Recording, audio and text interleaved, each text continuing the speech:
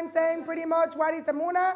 Emunah in the Torah is considered knowledge, right? Emunah, just saying you have emunah, is not really what emunah is. We said the word emunah, we see it in the Torah as being something sustainable. When you're loyal, loyalty only comes in when, you don't want to stay in, right? Commitment starts when you want to quit, right? But when are you loyal? When you have good enough of a history in order to stay. So the point is, right, we said, when are you loyal? When you have enough of history to keep you going all of the time.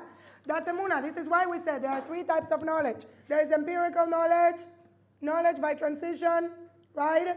And then knowledge by proof. When Hashem said, I am the Lord your God that took you out of Egypt, each knowledge is in this commandment. Right? We were there. We saw it. Our parents told us. Everyone has been celebrating the Seder of Pesach for the last 2,000-3,000 years based on something that happened. If it wouldn't have happened, someone would have said, hello, I am not eating lettuce again. You understand? How much matzah could you eat? But you do eat the matzah. You know why? Because it didn't happen. If not, no one would be celebrating. Actually, moving on, right? There is this kiruv organization in Israel called Arachim. Have you ever heard of Arachim? If you speak Hebrew and you see them coming to you, or they also have English speakers, you have to go. Like if you think Aish is good, imagine Arachim. They deal with Israelis. Do you know how stubborn Israelis are? I have an Israeli father. I know. I am not insulting you. It is a good quality. Okay? But, right?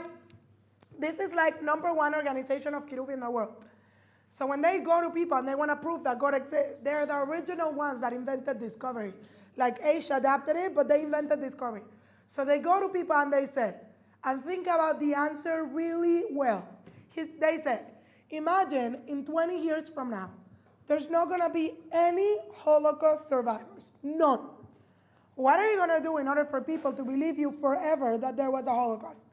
What are you going to do? What could you do in order to make a statement, in order to make it like people are going to know that the Holocaust really was, and it wasn't invented? So what would you say? Show evidence. Pictures. Show evidence. So what would people say? Pictures could be faked, right? You have Photoshopped away. Haven't you seen Instagram? Everyone looks prettier than they are. It's all fake. You don't look that good. Okay, moving on, except for Sam, because she's her model. But like, right? What would you do, guys? Have the actual Holocaust survivors. Yes, but there's not going to be Holocaust survivors. Now. So what? You could hire a good actor. You could hire Adrian Brody, the pianist, and tell him, write it down, Lotov. What else? What would you do? Yeah, you can't do anything. What else? So you know what you do? This is the answer that everyone comes up with. Wait. This is the answer that everyone comes up with. You would choose one day a year that has some connection with the Holocaust and do like a whole act on what the Holocaust is, right? Make people dress in that way, make people, eat whatever they ate, etc., in a certain way, sort of what you do in Thanksgiving. And that way, that would be a statement that it happened.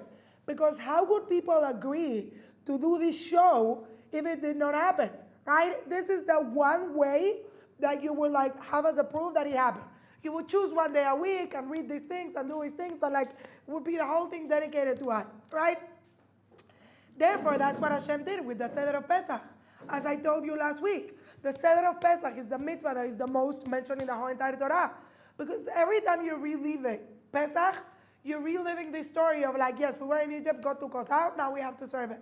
That's so smart. That's exactly what you would do in order to make a statement that it did happen. Because if not, when would people agree to do this commemoration, Remembrance Day, whatever you're talking about, if it did not happen, right? That's the first one. Yeah? We do have Holocaust Remembrance Day in April. In April, you do have. That's what I'm saying.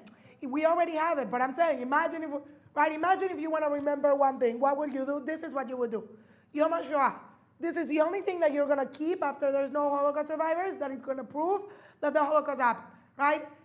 Isn't that what God did? Yes. Then they ask a question. Imagine your top spy, okay? And you need to send a secret message to your people, and you have to write it in a way, or you have to send it in a way that you make sure the person gets it. How would you send this message? Encrypted. What else? What else? How would you send it in order to make sure it gets to its destination? You people don't see any spy movies. What's wrong with you? How would you send it? So people say encrypted. you would send different ones, encrypted in different ways. So if one of them gets caught in the middle, right, there's still another one that arrives to its destination, right? You would write it in a way of code, apart from encrypted, whatever you want. That's exactly what Hashem did with the Torah. You know, what did Moshe did the last day of his life? You know what did he do?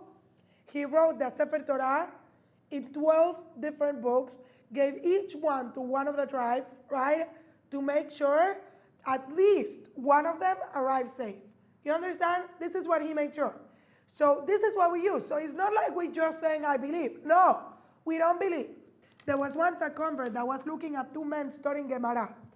So if you ever see a page of Gemara or men studying Gemara, pretty much it's like a boxing ring. People are fighting all of the time. The convert was looking at how they were studying Gemara, and he said, it's true, I'm becoming Jewish. So someone asked him why. So he said, it cannot be that information that goes through such detail, scrupulous, investigation could have been made a mistake. It cannot be. You ever saw how much people argue? If someone is not right, the other one yells at him. Everyone yells. I should have been a man. I'm just saying, right? He said it cannot be that if this information goes through such detailed examination, there was a mistake. And the question is really, when would there have been a mistake? In the time of Moshe? In the time of Yeshua? We're going to talk about this later when we talk about how do we know that the Torah is true. But everyone is on top of it. So now people say, oh, but how could you believe in something if you don't really know it? I'm sorry to say this. You believe in millions of things and live according to millions of things that you do not know for sure. Like the fact that your mom is your mom, the fact that you're not going to get poisoned when you eat, the fact that, you're going to go on a plane and it's not going to crash, right? Millions of things you do. Why? Because there's something called Beyond a Reasonable Doubt, which is a very famous book, and you should all read it. And the idea is there's always an element of doubt. But sometimes it is so small that it doesn't count anymore, right? Now, it is a probability, but it's also small. The Torah and everything in it, you're going to see, is beyond and beyond a reasonable doubt. So for sure, there are going to be things I do not know. But emunah means I do not believe with perfect faith. I know with perfect knowledge everything we're going to do, and I'm going to show you all of the philosophy. And because I know, I believe. I do not believe without knowledge.